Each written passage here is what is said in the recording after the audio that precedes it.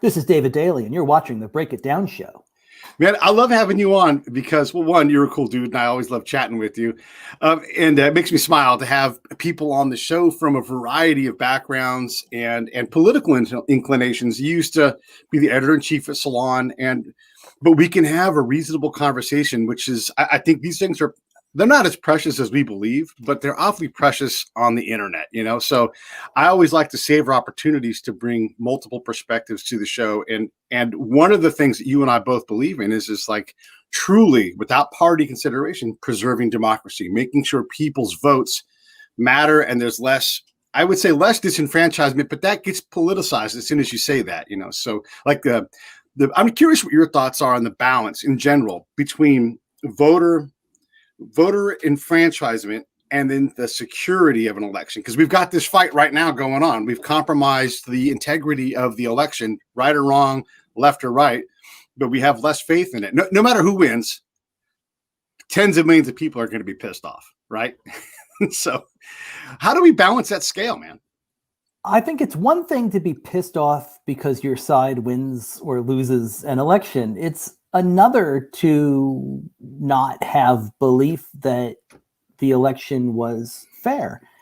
And the problem is that we keep talking about rigged elections or irregularities, and Trump isn't able to actually produce any of these irregularities. He's something like 1 for 25 in court now since the election. Yeah. And so he likes to talk a lot about fake news. Voter fraud is essentially fake news. It is insanely rare. It's being hit by lightning. There is a man at the Heritage Foundation named Hans von Spakovsky, who's one of the leading advancers of the conservative voter fraud argument. And he keeps a database going back to like the early 1980s, I believe, of every case he's been able to document. And over that time, I believe there's something like 1,700 examples in his database.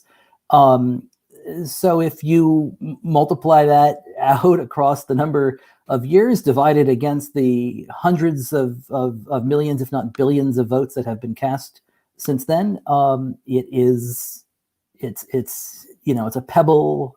It's a pebble in the ocean, especially compared to the amount of time that we spend talking about it. Our elections are administered in a safe and secure and nonpartisan way. Now, what partisans try to do to manipulate that process is something else entirely, and we ought to talk about that. But can we have faith in the results? Yes, I think we can absolutely have faith that the results have been accurately tabulated. Okay, so and then here comes Will. Let me push back on you with this then. So when we see, thousands of votes, historic levels of votes being missed, not counted in Georgia, when we look back in time and when the left doesn't do well, they have the same claims. We've seen tweets from Hillary Clinton, we've seen tweets from Nancy Pelosi, and they all make similar claims like the election was stolen. It's social media, so got it. But we all do this, right? Both sides shout about the election being stolen.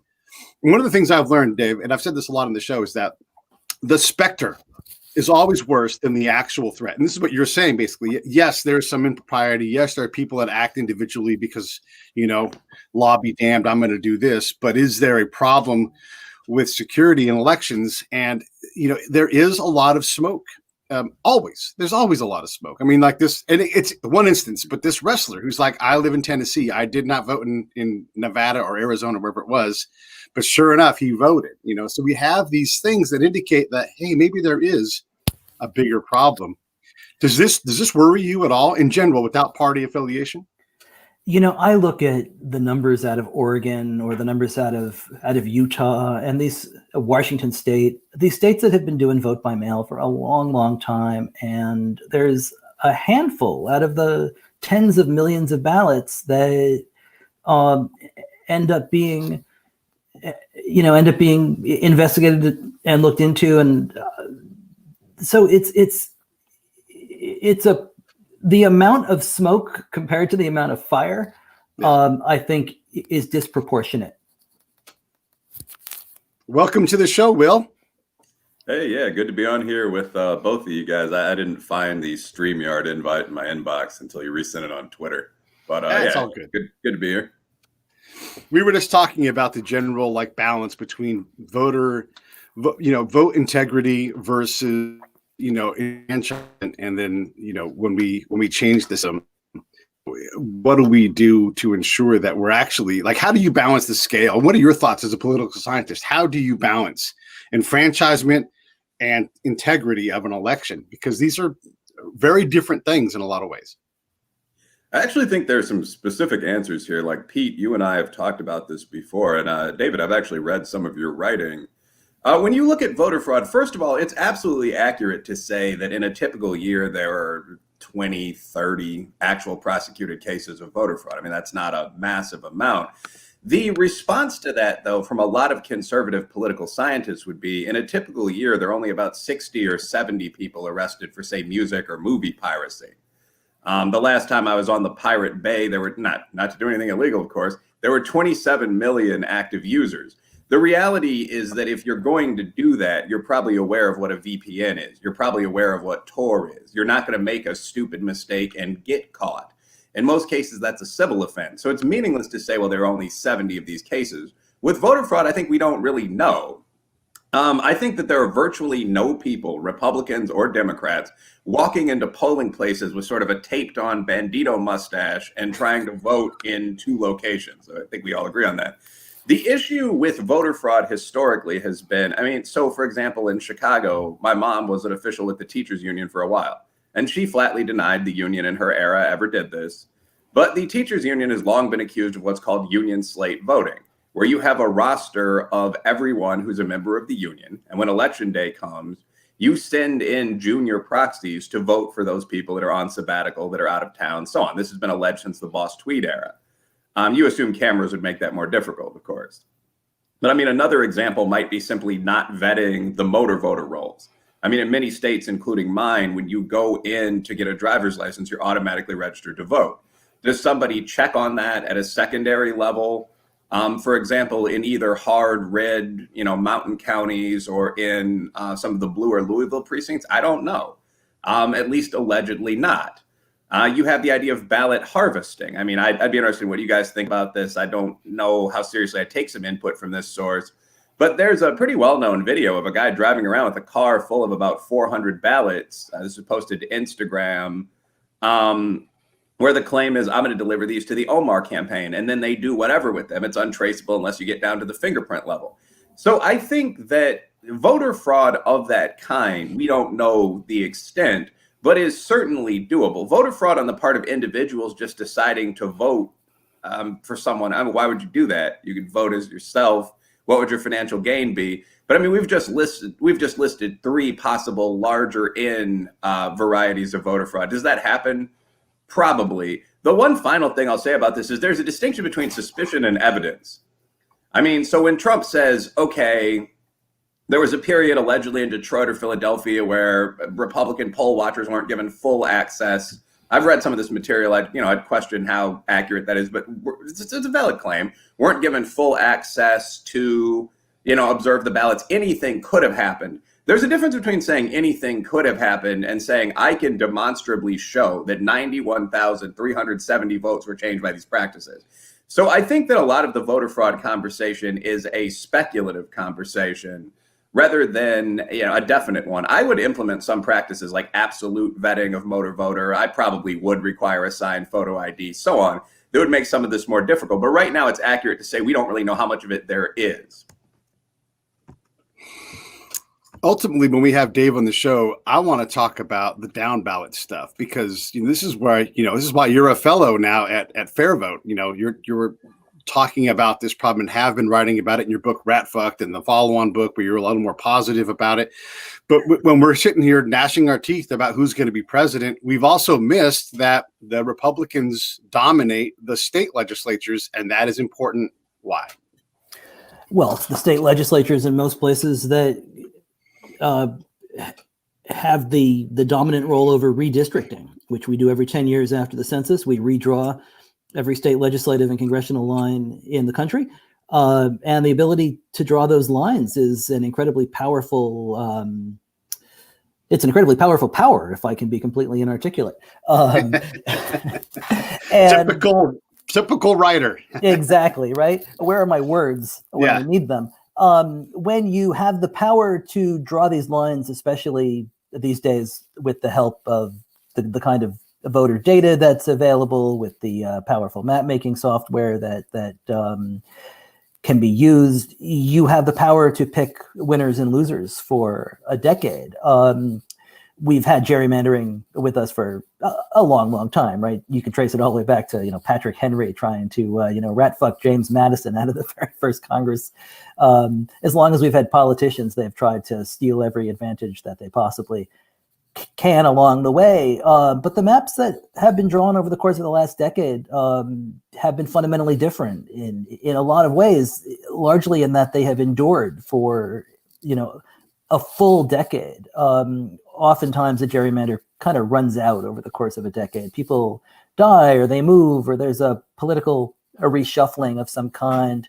And what we have really seen is that, especially at the state legislative level in Ohio and Pennsylvania and Florida and Wisconsin and North Carolina and Michigan, a lot of these states, the maps have been a firewall for Republicans, and that they, a state like Michigan, Democrats have won more votes statewide almost every year, but the precision with which the Democratic voters were packed and cracked into these districts has ensured Republican majority. Same thing in Wisconsin, a lot of states. And Democrats have done the same thing in Maryland and Illinois.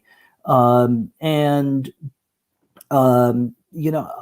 think as we head into another redistricting year, we have to be aware that the software is that much stronger, that the partisans have seen the effectiveness of what happened last time around, and we are about to head into a veritable orgy of partisan gerrymandering that I think is bad for the nature of representative democracy. We elect these state legislators and members of Congress to 2-year terms, and we do that for a reason. They shouldn't be able to take a 2-year term and entrench themselves in office for a decade and then feel as if they can be insulated at the ballot box. It's not the way it ought to be. I was going to let the political scientist ask something. He's smart. Yeah, in this particular case, I don't really think there's a lot of disagreement when you talk to academics and writers that are not wildly partisan. I mean, I lean slight right myself, but yeah, gerrymandering is extreme. And I will say, as Pete noted, I don't really see a lot of these as one-party issues. I mean, I'm from Chicago, where every 2 to 4 years we pick some Republicans to run against the establishment. They get their 31% of the vote, and they go back to the investment banking sector. I mean, this is definitely not something just Republicans do or just Democrats do. But yeah, gerrymandering is a significant problematic issue. One thing that I will say about this is that I don't think most people understand, although obviously Mr. Daley does, the extent to which this goes on in terms of numerical detail. Yeah. I worked for a couple of summers as a canvas field manager for the Fund for the Public Interest. We were pursuing a gay rights bill, some environmental legislation, one of those college kid jobs. But you'd better believe that we had a breakdown of everyone in these large Chicago neighborhoods, Logan Square, Avondale, house by house, ethnicity, political party if they'd stated it, what they'd given to us in the past.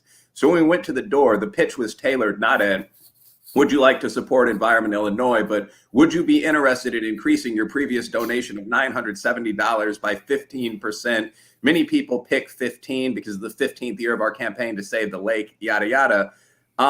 People were absolutely unaware, although many of these people were great people, we became friendly with them, but people were absolutely unaware of the sheer amount of information we had on them.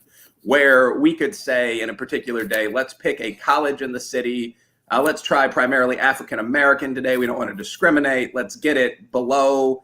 Let's get it on the south side. We don't go there as often. And we're picking Chicago State, and we're going to the second building on the campus quad, and that's where we're going to put our 16-man canvas team today. Like, that's the level of information even an NGO has. Politicians have more. So that can be used to totally define a district in ways that you would never even expect. Are we going to get a mix of African Americans and progressive whites that live in owned homes and are unlikely to move? And will that be a Democratic district for X number of years? Yes. The one question I'd ask David really is, I mean, so in political science, there's a common assumption there often are very simple solutions to things. There's a half-joking Israeli-Palestinian peace plan that's been labeled "cut the sand in half" for as long as I've seen people present it in conferences. I back it, I suppose. The same thing here. Many political scientists would say, well, what we need is simply districts that are drawn out as contiguous areas with the same population. So if you have a state that has 700,000 people or 7 million people in it, the most logical way to divide that state, if you're looking at congressional districts of 690,000, would be to take a map of the state and draw 10 lines down it, reflecting where people live. That's not what we do. I guess the question for David, after some extensive rambling here, would be, what would you do about information-based gerrymandering, data-based gerrymandering? How would you actually solve that? Would you go with the political science proposal, or do you have different proposals of your own? I think the trouble with drawing a grid is that people just don't live in grids, except maybe in Iowa and Wyoming. So it's what works in some of those states simply doesn't work every place. What I would do, I think that single member winner take all is at the heart of so many of our problems in this country. And the plan that I like is one that's called the Fair Representation Act. It's been advanced by Congressman Don Beyer, a couple of other folks. And what he suggests is you take a state and you draw larger districts, and you can do that exactly like a grid. If you want to just go down the mid, take a state like Massachusetts, divide it into 3/3, and you have larger multi-member districts. And as a result, you are, and you vote with ranked choice voting. And if you are able to do that, suddenly you open up representational possibilities that have been completely denied to us by single member winner take all. I mean, I live here in Massachusetts. We've got a Republican governor who can win statewide, and there has not been a Republican member of Congress elected from the state since 1994.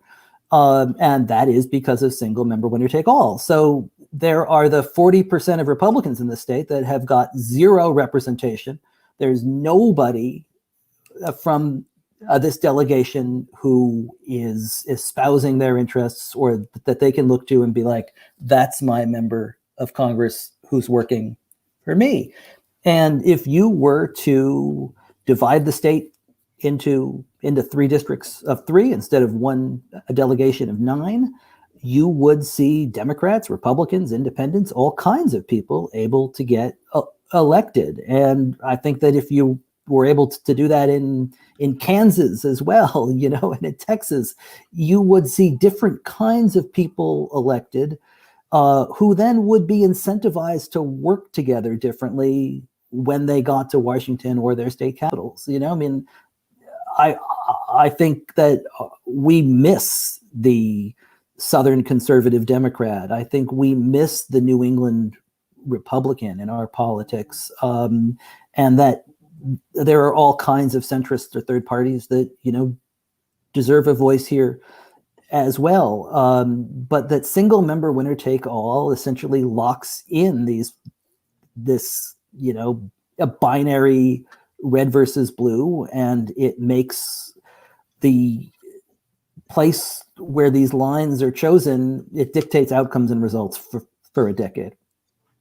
That red versus blue Kool-Aid fight that we all are forced to have, Yeah. And then what flavor of red is it this year? Because right now, these parties don't make any sense to me. So it's like your party moves around you and you're like, I'm a centrist also. And like, like Will, I'll vote for a Republican or a Democrat. I'll usually vote no against legislation because I don't believe legislators know what they're doing and they don't provide the best solution. So they got to convince me. If they run on it's good for schools, I'm like, you've done that 1,000 times. So come back with a better offer. Anyhow, that's just my personal voting philosophy. I'm curious what you think about, with COVID completely destroying the normalcy of a regular census. And I know a few people who work not just temporarily, but like consistently for the census folks. They're like, we don't know how we're going to get all this done and sorted and in a way that makes any sense. What are your thoughts on that? I mean, that has to impact what we're about to go through with all of this redistricting and everything else.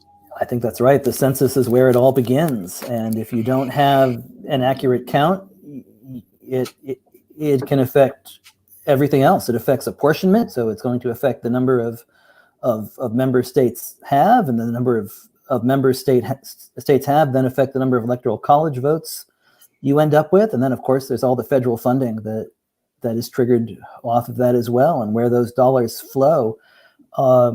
So if we have an undercount, it could have, long lasting repercussions. Yeah. You wrote a piece recently about Virginia, and we might be surprised at how the gerrymandering is going there. And I think that piece is on Salon. Can you talk a little bit about that? What's in that? Yeah, Virginia just passed a bipartisan compromise on redistricting. Republicans moved it through in 2019, and Democrats agreed to it when they took over in 2020. If you're going to get a constitutional amendment on the ballot in Virginia, it's got to move through the House and Senate with the same language 2 years in a row. And the interesting thing in Virginia is that a partisan control of the House and Senate shifted after 2019. Virginia is one of those weird states that does their legislative elections in odd years. So you had to have Republicans pass it 1 year, Democrats pass it the next. And then it went to voters. And, as we all know, the legislatures that were elected in 2020 are going to dominate redistricting next year. But in Virginia, the legislatures elected in 2019 are the ones that are going to dominate redistricting. And as soon as it was clear that the Democrats were going to have that control, all of a sudden they were like, well, wait a second here. Hold on a second. Maybe this plan isn't as good as it could be. How about if we think about this again and talk about it a little more? And you had, a party that has, talked a good game about redistricting reform over the course of the last, few years, suddenly was saying, well, we aren't in favor of this. And you had Democratic town committees across much of the state that was mobilizing opposition to it. And it passed overwhelmingly. I think it was about 65-35 in the end. But if you think that this is always about principle, of course it's not. You had Democrats in Virginia who were more than willing to say, but trust us with these lines, and to try to make that case to their voters. And I thought it was completely disingenuous and lacked integrity.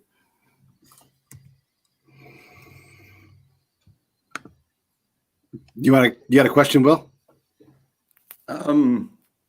Not really in particular at that point. All right, I'll throw something at you then. Okay, so when these legislator fights, as we're just like, holy cow, look at this. How many states do you think are getting it closer to right? Like in your second book, you were like, it's getting better, but is it still getting better? And then who would you identify as being more tuned to? Yeah, that's a good question. I think Will could have asked that, but he didn't. I think we're in for a world of hurt as we approach this next cycle. I mean, I don't think there are a lot of states that are getting it right. And I think that the fact that the U.S. Supreme Court in the Rucho versus Common Cause case a couple of years ago essentially closed the doors to, future claims of partisan gerrymandering. They called it a non-justiciable political issue. I think that is going to embolden lawmakers to embark on even more brazen gerrymanders in this next cycle without any fear that the high court is going to rein them in or provide any guardrails on the process. I think that the California Commission is probably the strongest when it comes to this. I like that they bring together Republicans, Democrats, and independents. They have to travel the state together and listen to people talk about communities of interest and kind of which communities ought to be held together. And then they have to conduct the entire process transparently in public. They have to draw every line in public. They have to write essays that justify why they put lines where they did. And if they want to pass a map, they have to have super majorities of the Republicans, Democrats, and independents all have to sign off on it. So nobody can feel like two sides got together and jammed the other map down their throats. And I think that's a pretty, good process. Michigan just added a commission as well, and they're going to kind of model it that way. But there's bad commissions too. That there's a horrible commission in Arizona, for example. It's a 5-person commission, and it's 2 Democrats and 2 Republicans, and they're appointed by politicians. And there's an independent chair, but the chair is appointed through the state appellate court personnel process. And simply by saying that phrase, I put half of your audience to sleep. Except both parties have figured out how to game. This is how important it is. Both parties in Arizona have figured out how to try to game the state appellate court personnel process in order to stick a Trojan horse chair on the redistricting commission. The Democrats think Republicans did it back in 2000. Republicans are sure that the Democrats did it in 2010, and I think they're probably right. There's certainly some evidence pointing, in that direction, so if you give these commissions are only as good as they're set up to operate and who's on them. So some of them are no solution at all, and it's not much better than just having lawmakers sitting in the basement of the Capitol with a map and a bottle of whiskey. Yeah, one of the things that's notable to me about a lot of government solutions, and this is actually one of the reasons I tend to lean right. I want the government doing as little as possible and taking as little of my money as possible, frankly. But one of the things I notice about a lot of government solutions is that they work more poorly than almost anything smart, regular people could think up at random. I mean, if you simply picked a dozen tax-paying citizens and asked them to draw a fair map, they would do a better job than these split partisan commissions. Amen. David, you had a good response to this, but I still like the draw lines down from the top of the map solution. I mean, look at it, find out what each quadrant of 700,000 people is, line down from the top. You might split cities in half. You might have a district that's partially the fringe suburbs of a large city, then the surrounding agrarian area that could go red or blue.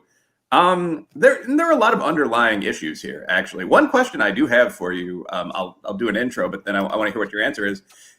I tend to agree that if we went to more of a European parliamentary model, which is something that you seem to be discussing with Fair Vote, you'd have a larger district and the top 4 individuals from that district would be seated in Congress. And that could very easily be 2 Democrats, a Republican, and a Green, for example, in a lot of districts. Again, that would definitely produce a broader range of representation than what we have right now. One of the underlying issues that we're starting to see more pieces about recently is that there no longer, if there ever were, seem to be clear 2-party bifurcations in the USA. So we have, I'd say, 5 or 6 potential parties. You're really starting to see a growing progressive European-style left with, I mean, the obvious choices, AOC, Ilhan Omar, so on. You're also seeing a populist Orban-style right. If you look at Trump, OANN, so on down the line, I suppose I'd fall in the traditional business Republican category of the traditional Union Democratic category. You have actual outsiders like those libertarians that, you know, annually strip down to their underwear in their convention and fight each other. I mean, that's a substantial 8% block of the population. I guess the question after all this is, what do you think we'd end up with if we implemented some sort of a fair vote proposal and we were able to break the control of partisan commissions or split partisan commissions on gerrymandering? How many American political parties do you think there'd be? Would be one question. You know, I think Lee Drutman's book on this is really terrific. I'm guessing that's one of the pieces you're talking about on the two-party doom loop. And Lee is really, really smart on this. And, you know, I think we probably have, in many ways, 4 parties in this country, right? And that the two-party system, we have 4 main parties. And we once had a more flexible party system in that you had liberals and conservatives in both the Democrats and the Republican side, and that the parties have become more polarized and more distinct over the course of the last, you know, several decades. And what that has done, especially, you know, we have a system of government that is not set up for, and Lee makes this case in a more articulate way than I can, but when you have 2 diametrically opposed parties and you combine that with winner take all, our structures are not necessarily set up to succeed under those conditions. And I think that's what we are in some ways looking at right now. You have a Democratic and a Republican Party that have become much more ideologically narrow and defined. And you are putting that on top of essentially a winner-take-all system, and it leaves people out, and it forces everything to extremes. One of the problems with these gerrymandered districts in so many ways is it pushes all of the action that ought to be in a general election into a party primary. And it's, you know, a lower turnout base affair. And so that just exacerbates the ideological purity that that arises as a result. And then people come to Washington and or their state capital, and we're surprised that they can't get along or, you know, get anything done. Even when there seems to be, you know, a fairly clear path forward as far as public opinion on some things. So I think if you could, I mean, it wasn't that long ago, right, that you still had some Republicans in elected office who were to the left of some Democrats, and some Democrats who were to the right of some Republicans. And those are bridge builders. Those are compromisers. And we've pushed all of those people out of office, and I think our politics has suffered as a result. That pushing of the bridge builders out, you know, it's like we forget about what we know about building a great statesman, you know, and that you have to build consensus. You know, Yeah. You can talk about we're all going to get together, but when you act like the last few presidents, it just hasn't worked. We haven't gotten together. We've, if not gotten worse, we sure haven't gotten better at it. No. How much? And if I'm sitting in Nebraska, how much does the state legislature of states that don't even border me, how much does that even matter to me? Like Texas, how does that impact someone in Nebraska? How does that impact someone in Illinois. I mean, why does this matter so much? This is your thing. So tell me why I care 3, 4, 5, 6 states away what their state legislature makeup is and their gerrymandering practices, whether they're good or bad. Well, your state's probably doing the exact same thing. So you certainly ought to care about it. But I mean, I think what this has done is that it's pushed policy to extremes that go beyond what most people want to see. And it has insulated politicians from the ballot box, and our politicians ought to be accountable to us. And when they are in these non-competitive gerrymandered districts that they themselves have drawn from their bunkers in Columbus, Ohio, or their secret map rooms in law firms in Madison, Wisconsin, what it does is it means that we can no longer throw the bastards out. And if we can't throw them out, then they can do whatever they want while they're there. And that affects all of us.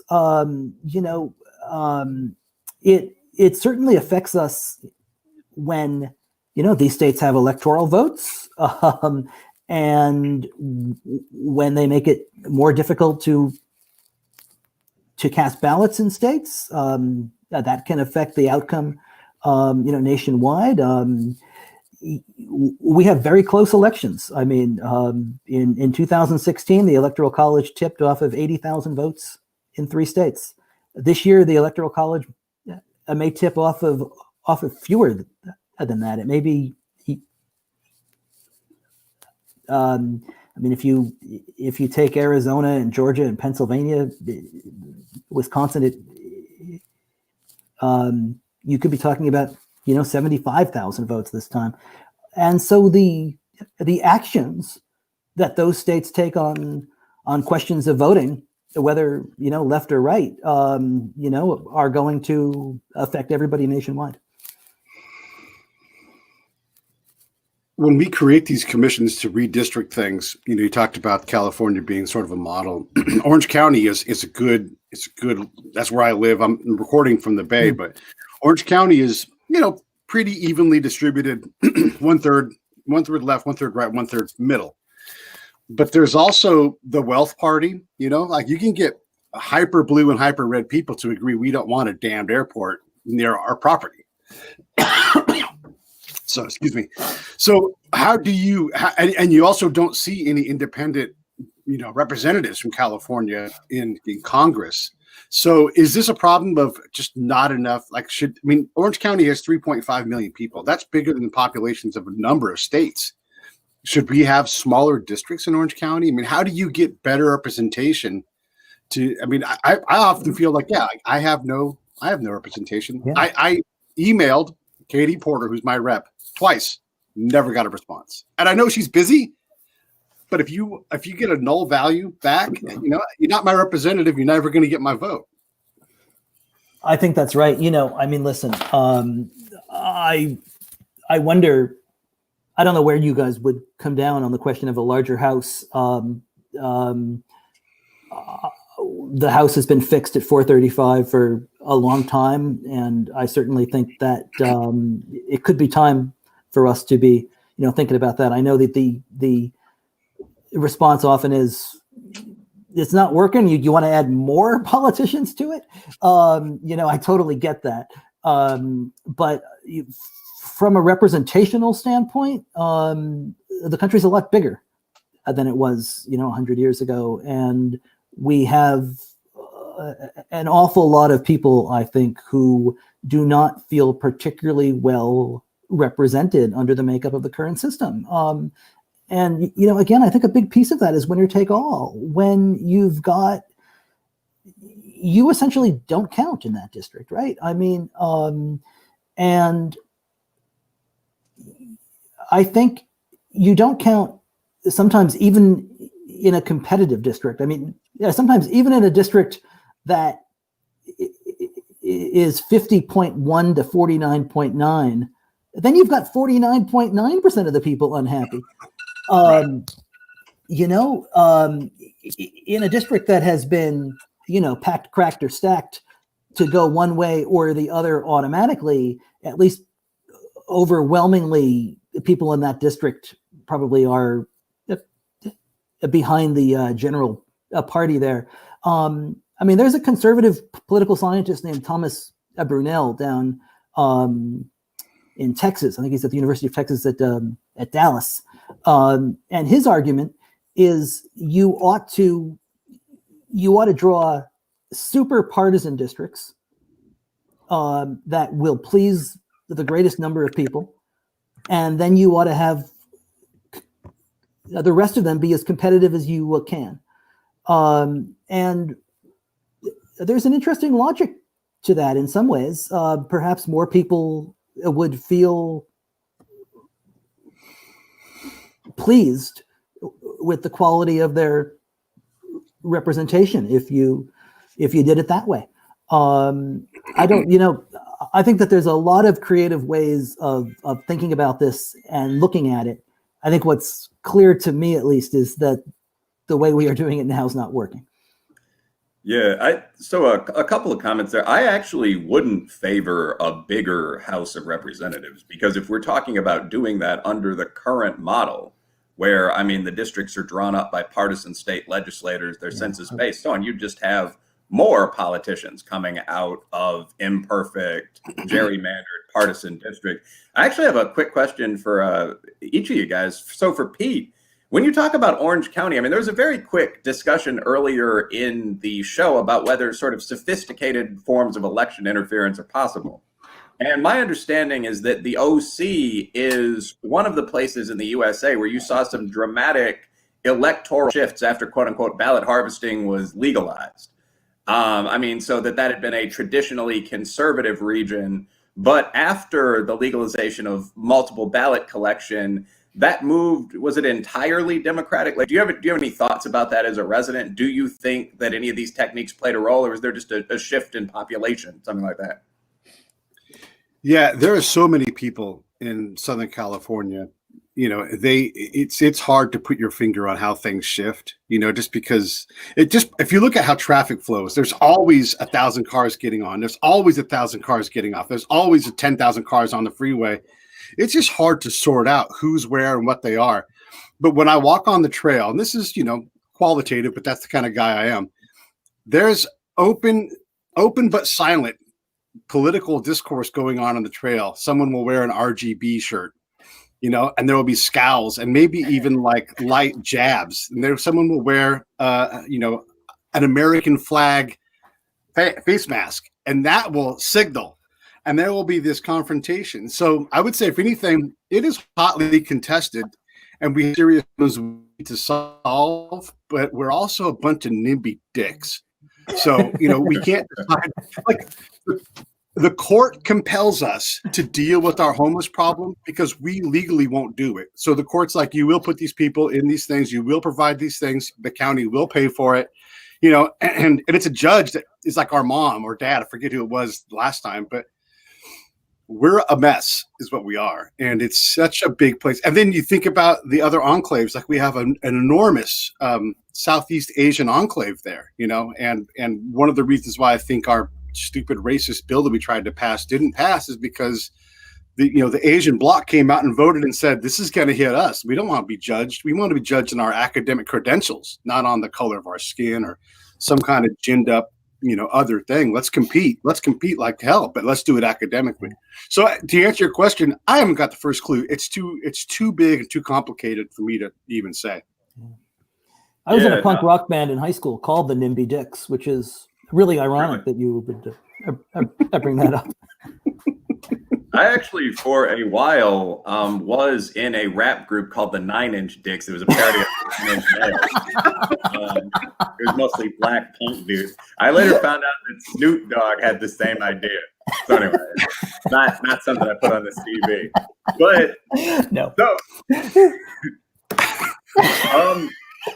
but that is a reality, and no reason to hide it. At any rate, no, the reason I asked that, I actually just Googled ballot harvesting flipped Orange County. And I mean, there's some pieces about that. They tend to lean right, but like the Wall Street Journal, let's take a look at this here.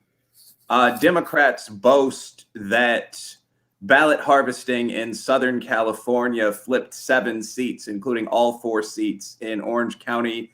I'd have to read the piece. I'd have to look at the stats underlying it. But David, do you have any thoughts on that, on any of this stuff that's being added to elections? Like, should ballot harvesting be legal? Should it be illegal? What's your take? You know, is the term ballot harvesting valid? I think that the term certainly is well designed to make it look like you're, growing ballots in your backyard. When that's growing not them in local housing projects. My God. Listen, as part of this new book, I spent a lot of time on Navajo land in Arizona and in Utah. And when you talk about ballot harvesting, I think you have to think about communities where their access to the post office or access to the ballot box is not the same as it is for you and I. San Juan County in southeastern Utah is the size of New Jersey, and the Navajo land there has got 3 post offices. And I mean, I drove it all and I saw them, and they're, hours apart on roads that are largely impassable, and people may go get their mail once a month. And if you are 75 years old, you're probably not making the trip. Somebody's going up and getting your mail for you, bringing it back. So should it be criminalized for your ballot to be returned by a family member or a community member? I don't think so. And the trouble is, a lot of these state legislatures are more than willing to pass laws that they know are targeting certain communities harder than others. There was a lawsuit in Arizona in which a lot of the evidence came out about how specifically the state legislature there was, passing these ballot harvesting laws in order to, target, and that they knew disproportionately targeted Native American land. So if you're going to do vote by mail in Utah, you have to figure out how to make it accessible for everybody. If you're in Orange County and there's a mailbox on every corner, I think perhaps you could be able to, drop your own ballot in the mail by yourself, and that removes, I have heard stories from friends in California working on campaigns, and someone comes, walking into the room carrying a bucket of ballots that they've collected through their political activity. Is there any fraud in it? I don't know. Filled out in front of them. Yeah, I have no idea. But does that lend confidence to the process? It doesn't really lend confidence to the process to me. No. I live in a neighborhood that's transitioning from very elderly to very young. And there are a lot of people, and then in general, in Orange County, Riverside, there are a lot of places where there are folks who are retired and living in a home or whatever. So it would be easy to be disingenuous with that. And I think you could, in theory, and I know as I say this, I'm disagreeing with myself, but you could, in theory, do a bipartisan, like, hey, you and I, like vote counters, like we will go together. We will make sure that there's no shenanigans and we'll both sign off. You could do that. I think the bigger problem, this goes to my experience of being on the ground, is you and I, David, we could go to Navajo land and we could ask simple questions like, what was the last thing the government did for you? And they'll spit or laugh in our face, so they might be enfranchised, but are they? The post office doesn't even come to them. And I know Will say post office, one of the big reasons why we established a democracy and actually had a country that did things. We know these things. So the enfranchisement is also kind of a bogus word. Yes, you got to vote, but you're at the end of a process, and you show me.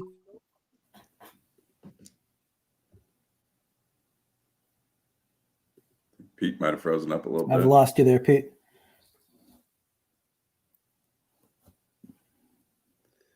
Well, kind of filling up the gap as we wait for Pete to come back. Yeah, I think I tend to be a fan, and this goes into the coronavirus fight as well. I mean, I tend to be a fan of federal localized solutions. I don't think anyone really has an objection to some ballot collection on Indian federal land. The issue is, I mean, reading through that journal piece just now, I mean, ballot harvesting is legal in Encino. So I personally don't think that there's any particular reason that in most of these areas you should be able to round up 50 ballots from other individuals and deliver them. And I mean, to some extent, this distinction between can you prove it and is it likely going on? I mean, again, I come from a very urban background, come from a union family. I would 100% guarantee that in urban areas where ballot harvesting is legal, there's a fairly significant amount of untraceable voter fraud. I mean, the other argument would be essentially that people are simply collecting 100 ballots. They're not at all influencing how people vote. They are not at all filling in ballots themselves, and they are simply delivering these as good Samaritans. And that seems somewhat implausible. So I guess my comment would be that there are, the argument generally from the left is there's a lot of voter suppression going on, and the right tends to sort of chortle at that. The argument on the right is often there's probably some untraceable voter fraud going on. The left tends to sort of chortle at that.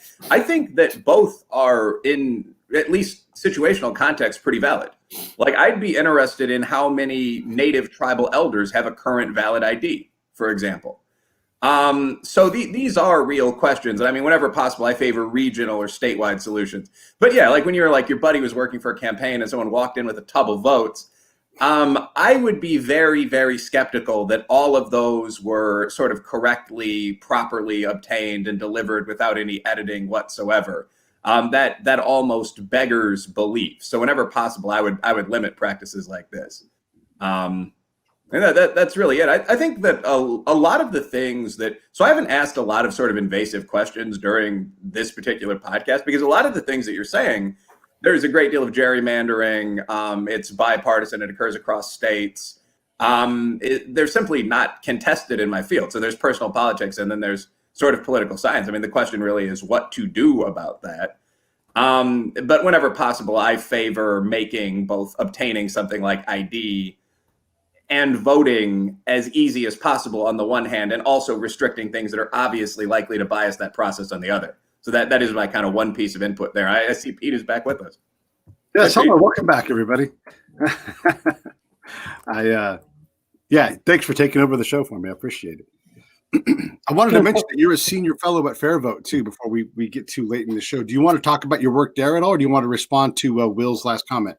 Yeah, no, I mean, I think I mean, Fair Vote works, a lot on questions of ranked choice voting, on the Fair Representation Act, nonpartisan issues, trying to make electoral reforms that give everybody more choice and more voice in their elections. No, I think I agree with a lot of what Will just said. Sorry, I'm fighting off a cold here today. And I would say this, I mean, I went out to North Dakota on this book as well, and was I did some reporting out on Indian land there as well. And what's amazing about North Dakota is it's the one state in the nation that does not require voter registration. They allow you simply to show up and vote because they figure they've known you since kindergarten anyway. And the Pew Research Center, year after year says North Dakota has the best election administration in the country. So, something's working for them. Their a state-based approach was working just fine. And 2013, they start talking about voter ID bills. And it's kind of interesting that you don't have to do voter registration, but they want a voter ID. And what they came up with was you've got to have a voter ID that has a street address. And the trouble with that is all of that native land doesn't have street addresses. So even if you have a valid ID, if you are living, at Standing Rock or any of the other and Native Americans are the largest minority group in North Dakota. So it's an awful lot of people.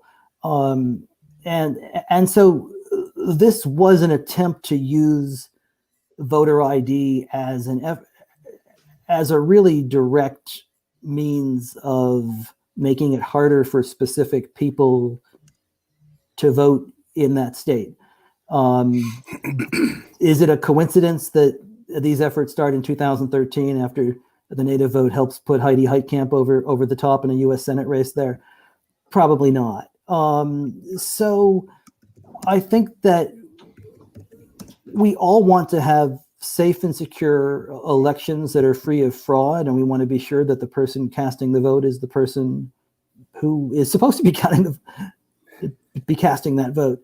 But I think we also have to make sure that the means by which we're doing that also doesn't make it more difficult for people to be casting those ballots. And too often we have seen those efforts kind of head into the precise partisan realm. I mean, I'm the journalist who found Thomas Hoffler's secret files, and Hoffler was kind of the master Republican redistricting guy. And I came into, tens of thousands of his documents. And the amazing thing about going through them, and we were talking a little bit about this earlier, is the precision of the data.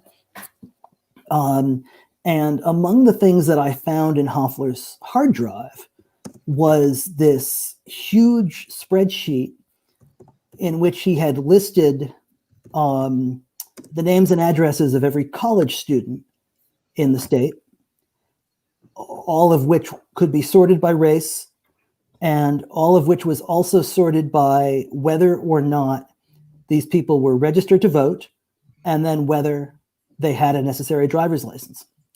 And what you had was North Carolina's legislature over that period of time had enacted a bill that said you had to have a driver's license if you wanted to vote. So they were drawing district lines specifically looking to see which people not only were registered, but which people would actually be able to show up and vote. And that just seems to me to be, crossing so many lines at once that it ought to be, representable. I think that one very quick comment I would make, I wouldn't say that either party has particularly better ethics than the other. That's almost an irrelevant philosophical debate when you're talking about sort of bare knuckle politics. My impression is that the Democrats in general want more votes almost by any means necessary, and the Republicans want fewer votes by any means necessary. If I were attempting to regulate a voting system, my goal would be eliminating the excesses of both parties on those two sides. So I personally would stringently restrict ballot harvesting. There might perhaps, as you've noted, be exceptions for tribal lands or something like this. I would definitely make sure that every county is vetting the motor voter rolls, for example. Cameras in place, bipartisan observers for the residuals of sort of the union slate process we used to see in Chicago. Then what would I do for the rights antics? I mean, you'd have to look at the number of voting machines available in poor versus wealthy areas. You'd have to have an ID that's valid. You don't need your current, there's some of the things that I've been a college student until recently. Some of the stuff that goes on approaches poll test levels. So, I mean, both the attempt to unfairly extend the vote. I mean, in Chicago at one point, we were talking about putting polling places in the Cook County Jail. I'm sure that you could argue that there'd be some caveat on who's voting there. In general, my default would be maybe not. But both that, on the other hand, and the Republican attempts to restrict the vote are very problematic. That's one sentence. Now, I actually have to go for a radio interview in a couple of minutes, but I'll leave with one question actually for David that I'm very interested in, and I'll probably watch on the podcast later. What would you do to improve the U.S. electoral system within our current model? I mean, I've followed a bit of what you're doing with Fair Vote. I think it's a good idea. But within the current system, what would you do if it is two-party, winner take all? How would you improve our model? I mean, would you consider term limits, public financing of elections again? What would you do within the constraints we have? I think you've got to begin with, independent redistricting. I think you've got to find a way to not have politicians drawing their own lines and choosing their own voters. That to me is such an obvious conflict of interest that, not only yet to me, but we are essentially the only modern democracy in the world that allows it. So it has to stop. Within the, I think we need, genuine campaign finance reform. I think, as far as within our current system, I think ranked choice voting is you are seeing this come out across the nation. I think you just had a really interesting reform passed in Alaska the other day statewide that is going to eliminate closed party primaries in Alaska. You're going to have one big primary, and the top 4 people coming out of that are going to head on to a fall election with ranked choice voting. And I think that's a really interesting, elegant idea to kind of get around the problem we have with closed party primaries producing 2 extreme candidates, and you get a choice of far left or far right in November, and depending on what kind of district you live in, it might not be any choice at all. If you can have a wide open election in which 4 people with the most votes move on, and then you have a really kind of, a robust campaign, and the winner has to have 50% of the vote. So ranked choice voting functions as an instant runoff to ensure that you don't have somebody with 28% of the vote as a plurality winner representing everybody. You get the person that the greatest number of people can agree on. That seems to me to be a pretty elegant solution. Right, gotta go. Bye, Will. Yeah, I agree. We always want state-of-the-art things. Our voting, I would say, is not state-of-the-art. No. How we hold ourselves accountable is not state-of-the-art. Our management of parties is not state-of-the-art. We have a lot of work we can do in general. And also, just to say we should be having a discussion. And just for the audience, I am not saying court packing, but we have not changed the size of the Supreme Court in 100+ years, and they're not hearing have an opportunity to hear less cases. There are more people. There are more gray areas to sort out. I actually like what Donald Trump did and said, these are the justices I'm going to pick from. I think you could do something like that bipartisan and just have the Senate and the president and whatever, someone else, maybe the speaker, make a list. Like, these are the people that we would all agree we could pick from, and then rotate the court. You don't know which 9 you're going to get. You can do some kind of randomized number thing, but we're also not hearing enough cases from these guys. There's just no way. They should be hearing. I'm not trying to say that they have to hear everything. They're certainly allowed to say, this isn't for us. You guys, you're good. Go back. But we have to adapt to the size of our country, 330 million people. And for the most part, I would say, and I think you'll agree with me on this, David, we're not genuinely being represented. No. I think that's right. And I think that there's a lot of things we could do to make the court function better and to make the court confirmation process function better. If we knew that every president got 2 picks and that everybody served an 18-year term and that they sort of cycled through, you would take all the sting out of these fights, right? Because when you elected a president, you would know that it came with 2 picks, and we wouldn't have to tie ourselves up in knots over this. You would know what the consequences were, and it wouldn't matter which party controlled the Senate. You wouldn't have these disingenuous battles. And that would be, I like the idea of having a wider number, and you don't know which 9 are going to be drawn for any given case. Yeah. it just seems like common sense. It just seems like common sense. What we have is, I mean, if we were designing this system now, you would never come up with these, wild Rube Goldberg contraptions. The other thing I would like to see, serving us because well, I mean, no, they're not fundamentally not Yeah. serving us well, and we can change them. It's not written in stone. We the people can change these systems and modernize them in order to represent ourselves adequately and fairly and functionally. Anybody who listens to the show knows that I always say, don't just vote. Like, that's the least you can do. Like, if you want to value your rights, go get involved. Go volunteer. You don't have to run for office. You can do a lot. You can write a research paper, and do something like you did. Look how your career has evolved from when you took on the story that no one wanted to write about gerrymandering. We can all do something. It doesn't have to be partisan driven. I'm curious of your thoughts on this. So one of the innovations I'm trying to think about is we're so good at measuring so many things with software and that kind of thing. I would love to see, I don't know if you're aware of how chess players are evaluated, but there's a thing called the ELO rating. And so I would like to see an ELO rating for legislators, and you could, build a body of KPIs that you want to see. And it's like, hey, if you fall below this point, you're out.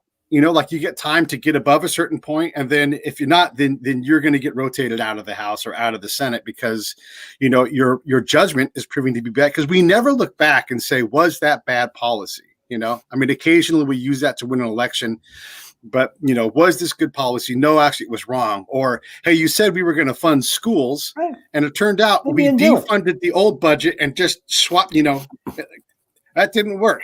There need to be some consequences, I think, what you're saying. And elections ideally serve as consequences, except that they're not. They're not, From any number of problems, whether it's problems inside the parties, whether it's redistricting, whether it's, any number of things, our elections are not working to produce representatives who work for us and are accountable to us, who we feel we can change if we want to. I mean, the leadership of the Democratic Party, they're all in their 80s. They reelected the entire leadership of the party today. I think all three of them are over 80 years old. I mean, it's there's a need for new voices. There's a need for change. And when the system can't produce any of that, no wonder so many of us are so frustrated. And you said earlier, and I wanted to touch on this if you've got time, but the campaign finance thing, why am I seeing ads for Alexandria Ocasio-Cortez? She is not my representative. She does not live in my state. She doesn't live in my half of the country. Well, she's fundraising off of all of the, wealthy Democrats in Orange County. I mean, it's the same reason why I watched the news here and I saw, a million ads for Amy McGrath. Right. I mean, Amy McGrath is not running to be the U.S. Senator from Massachusetts. Why is she running ads on my cable TV system? Well, it's because she knows that there's, a lot of lefties up here who don't like Mitch McConnell, and she's thinking, I can get some bucks off of them. Yeah. It's a broken system. Why is Michael Bloomberg buying his way into a presidency, bypassing laws when they don't let Tulsi Gabbard get in legitimately when she had the numbers? And then why is he allowed to send $100 million down to Florida to flip the election? Like, that seems criminal to me. I don't know what the answer is. Maybe you just put all the money goes in one big bucket. You draw your ticket out, and that's how much you get. I mean, before Citizens United, before Buckley v. Vallejo, we did not consider money to be speech. And, and the idea that money is speech, and then the idea that anybody with a super PAC and enough dark money that's willing to light it on fire by turning it into negative ads for months on months can do so and influence our elections is a disaster for democracy. Yeah, and you reach a point when you're as wealthy as Michael Bloomberg or anybody, who's at that level. Like I one day did the math and tried to figure out how many people Jeff Bezos would have to hire to find charities to write checks to give his money, and I couldn't find a number that made any sense because he just makes that much money. So for Michael to blow $100 million, it's going to be right back in his pocket, like instantly. Sure. I mean, it's interest, right? I mean, it's not. Yeah. It's not principle. Right. These people, for Bloomberg or for Sheldon Adelson or for Soros, no matter which side of this you are on, the amount, Steyer or whoever it is, the amount of money that they are contributing to the process is a rounding error. These are people who could lose all of their wallets and it wouldn't affect them, one bit. Yeah. Well, listen, I appreciate you coming on and helping us continue to understand this crazy election. No matter what, I'd like to say, picking the lesser of two evils is still picking evil. It'd be great to have better candidates. And a process that didn't force you to choose between a binary, a good or evil. Yeah. I easily could have voted for Andrew Yang without holding my nose. I didn't particularly agree with Tulsi Gabbard, but I have faith that she would do her damnedest to do her damnedest. And that's all I can really ask for at the presidential level. It doesn't have to be, my personal person, but I could have done that easily. And I'll just be honest, I don't think it was ever a possibility because that party has shown that it's not going to allow the people to pick its candidate. Listen, I mean, that's the beauty of ranked choice voting there as well. Whenever you've got 24 candidates, you're going to have a winner with 25% of the vote. And that is one of the real flaws in our politics right now. We have these huge fields of candidates and you end up with winners that, nobody really wants. Yeah. Well, listen, man, I appreciate you coming on. Next time you want to come back or write a book, whatever, let's do it again. Oh, it's a pleasure. You got it. Thanks for having me, Pete.